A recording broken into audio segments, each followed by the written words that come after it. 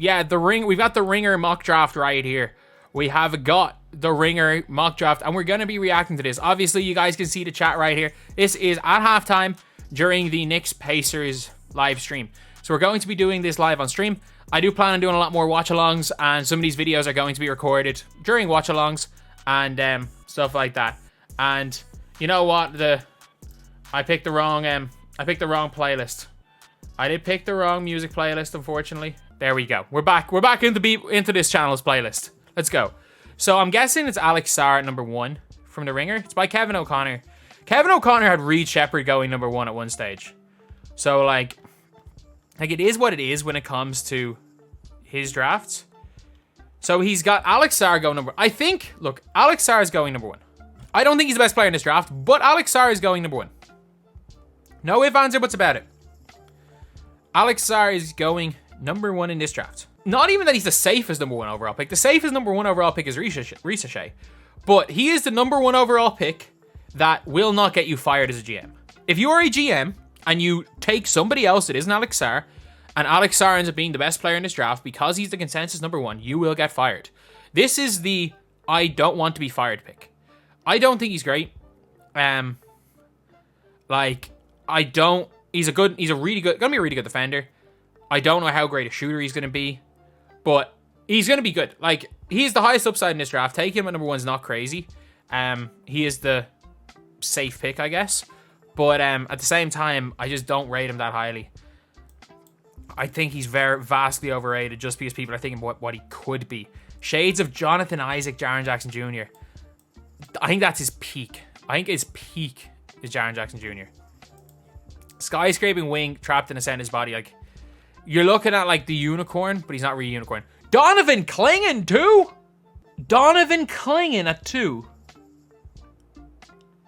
Lean on the safer side and take Donovan Clingan. That is not a safe pick. Like, this is a guy who realistically would not be a top 10 pick almost any year. He's a year older than the other guys. He's 7'2" with a 7'7" wingspan. He tested worse than Zach Edey. If you're thinking of taking Donovan Clingan, trade down to 10 and take Zach Edey. If they're honestly thinking of taking Donovan Clingan at 2, that's a wild one. That is an absolutely wild one. I bet you he's got Reed Shepherd going 3. No, he's got Topic going to Houston. Now, that doesn't make sense either. Like, Topic is a big point guard who's a good playmaker. He's young. He's got okay athleticism, I guess. But he's not necessarily... I don't think he's the greatest fit for this Houston team because... Like, just throw... Like, they run a lot through Şengün. They're going to be running through Jalen Green a lot next season. Like, and they've got Fred VanVleet. Like, why would you use the 3rd pick on a player who's guaranteed to come off the bench and try to almost stunt his development? Like, to be fair though, like, I don't know who comes in and plays. More than likely, like, Ricochet would play. And like, they've got Dillingham at 4. They want to take a point guard. Dillingham's probably the obvious choice at 4 right now, but Dillingham is really he's small. He's not going to be the greatest defender, but he really wants to go to San Antonio. And he can score. He can, like, genuinely, he can score. He can shoot the ball really, really well. He can handle it. He wants to pass the ball to Wemby, but he's small. He's skinny. He's not going to play much defense. So I don't really like the 4th pick for Rob Dillingham. But he is the obvious choice. If they're going to use the pick, that is the obvious choice here. I would have probably rather Topic drop down.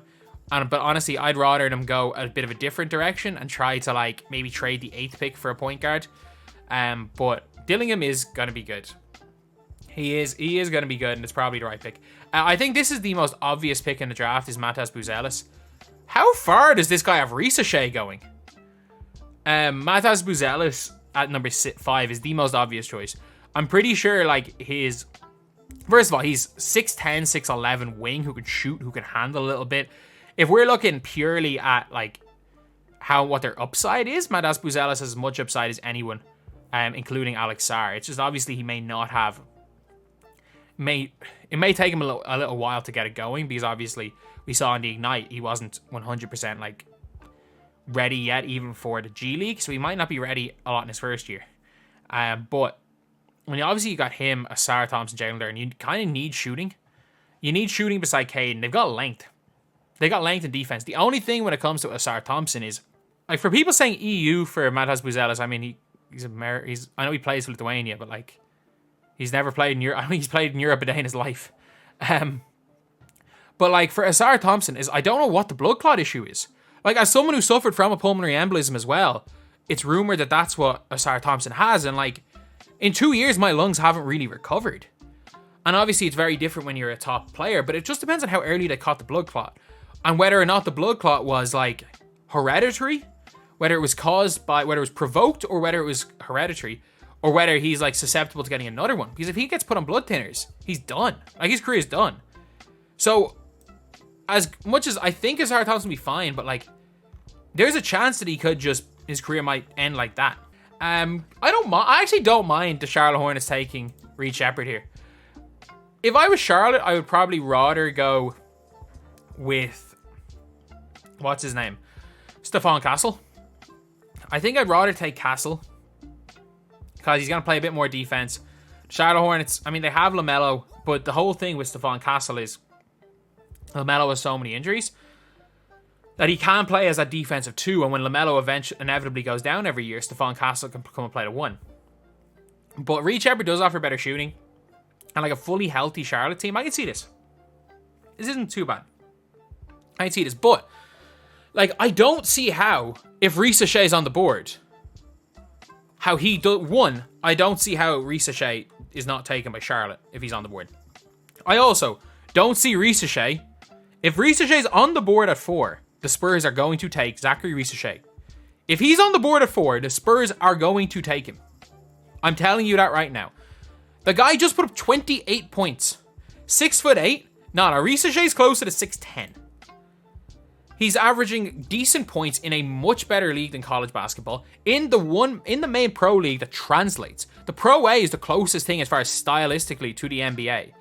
Like, Reece Shea of Portland is perfect. Is like, if we're like having a dream scenario, putting Reece Shea beside Scoot is probably like your dream scenario. Like, which is why Reece Shea is a choice here. He's just not going to fall to 7 though, is he? Teams are going to draft for talent. Like, he's bigger than 6'8", and he's not falling past 4. I'm telling you, he's balling out in the Pro A playoffs. He's not falling past 4. 40% from 3? I could have swore he's shooting less than 40. Cody Williams at 8 to the Spurs. Now, why would the Spurs do that? I mean, it's not a bad pick, but like, a not great shooting wing. Like, he's big. He's long.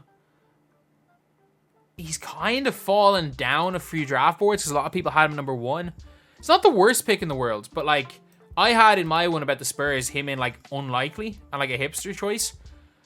I still think they're going to look for shooting more than they look for just length on the wing. Because like, if you want maybe a not great shooting wing, like, you're acting like they don't already have Keldon Johnson who doesn't fit. So I don't know why they would go and draft him. Either way, Sarr is going to blow all these reporters away. I don't think Sarr is as good as people say he is. Ron Holland at 9. So, yeah, obviously talent-wise is there. He's young. It says after a disappointing G League season. He wasn't that bad in the G League. His team sucked. Like, he's athletic. He plays both ends of the floor. And he's going to be good. Like, he might be good straight away. This is not a bad pick for Memphis. But, like, if you're Memphis, why wouldn't you take a center? That's just the one thing when it's Memphis is, like, first of all, I'm not sure. Ron Holland dropping to 9 is unlikely. But, like, if you're Memphis, why wouldn't you take a center? Like, why wouldn't you try to find a way to trade down and get yourself Edey or take, like, Khalil Ware or something? Like, I had Khalil Ware going 9, but I just don't see how he fits in Memphis. I don't see how he fits at all, to be honest. Stephon Castle to Utah. Like, that actually would be a pretty good combo, but Stephon Castle is adamant on playing point guard. He is adamant on playing point guard. And I'm pretty sure he's told the Jazz, if I'm not mistaken, that, like, not to draft him. Like, there's no reason to draft Stephon Castle in Utah. Because, like, I'm pretty sure his Castle is basically going Spurs or out of the lottery. Dalton Connect to Chicago. I don't mind that one. He shoots. He's old. Like, he's old. He's 23 years old. Like, he's old as Tyrese Maxey. But, like, look, shooting always translates. And, like, he might be the best upperclassman in this draft, to be honest. He actually might be, like. Dalton Connect. I wouldn't be surprised to see the Spurs draft him at 8. Just because I think he fits a little bit better in what the Spurs are doing. But he's going to be good. To John Salone. Now, this guy... If Cody Williams isn't on the board, I think OKC take him. This is another Ousmane Dieng pick, where you're like, this guy has just got unlimited ability. He has the potential to be as good as a Zachary Risacher. He shoots the ball well. He's played okay in the Pro A in France. He's a year younger than Risacher. Like, he's only 18. He'd be only 18 years old at the time of the draft. So he's very, very young. Shades of Chandler Parsons. Chandler Parsons was a really decent NBA player. There's a reason he got 2 max contracts. If you can get Chandler Parsons with the 12th pick in the draft, great. And, like, the fact is the Thunder can do whatever they want with him. The Thunder can take him, develop him. They can draft and stash him. They can do whatever they want. So, like, oh no, I think that's a really good pick for the Thunder at 12. Devin Carter, I don't know. This is the first time I've really seen him be drafted this high. There are other guys that I like more. Like, Jacoby Walter's a weird one at 14.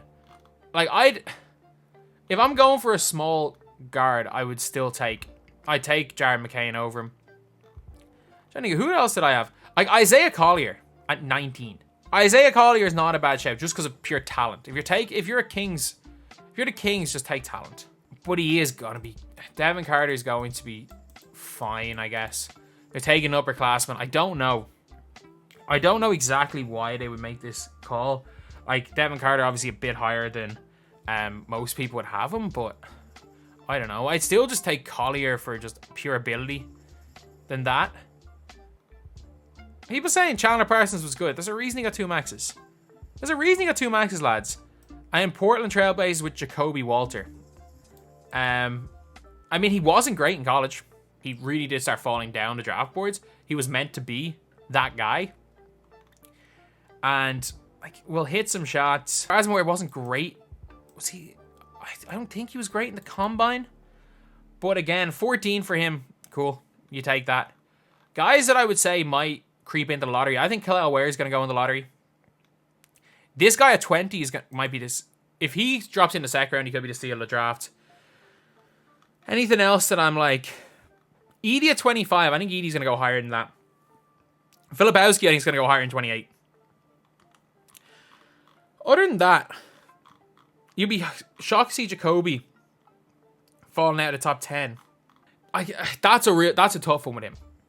That is a tough one with him because he could go top 10. He could fall out of the lottery. He might just go top 10 because of the potential as well. But anyway, that is the video. Thank you guys for watching. Please like, comment, and subscribe.